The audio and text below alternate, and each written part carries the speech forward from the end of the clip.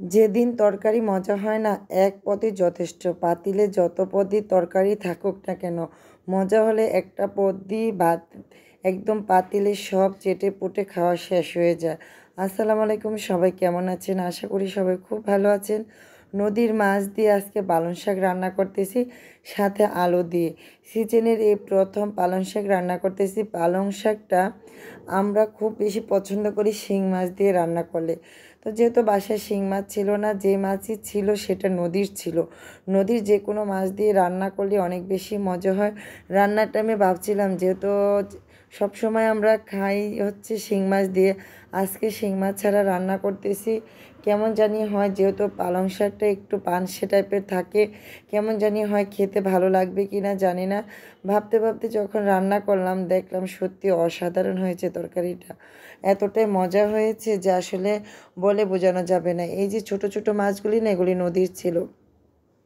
মাছগুলি ভালো করে হলুদ লবণ মরিচ দিয়ে ভেজে তারপরে কষিয়ে মানে রেখে দিয়েছিলাম। তারপরে এখন এই তো শাক আলু সুন্দর করে কষিয়ে সিদ্ধ হয়ে আসার পরে মাছগুলি দিয়ে দিলাম, হালকা ঝোল দিয়ে রান্না করলাম, আর সাথে ধনিয়া পাতা দিয়ে দিলাম।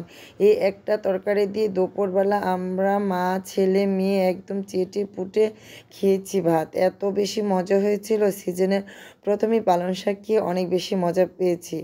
আর এদিকে বিকেলের নাস্তার জন্য ছোলা বোনা করতেছি। তো এটা হচ্ছিল একদমই বিকেলের নাস্তা।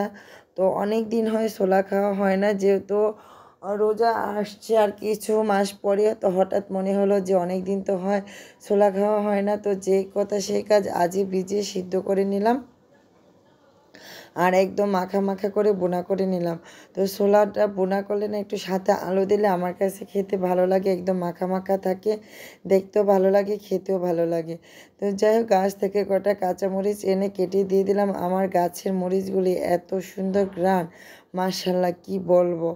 মানে আল্লাহর কাছে শুকরিয়া আদায় করে শেষ করা যাবে না যে এই বছর আমি এত এত মরিচ খাচ্ছি। সেটা হচ্ছে আমার বেলকুনির গাছের এবং ছাদের গাছের এত এত মরিচ খাচ্ছি যে আমি শুকরিয়া আদায় করে আল্লাহর কাছে আবারও বলি শেষ করা যাবে না।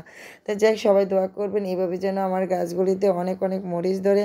আজও অনেকগুলি মরিচ মাগরিবের নামাজের একটু আগে উঠিয়েছি গাছ থেকে। তো এগুলি আজ আমি খাবো না, আমার আপুর জন্য পাঠিয়ে দিব। তো এগুলি কিন্তু ছাদের নয়, এগুলি শুধু আমার ব্যালকনির।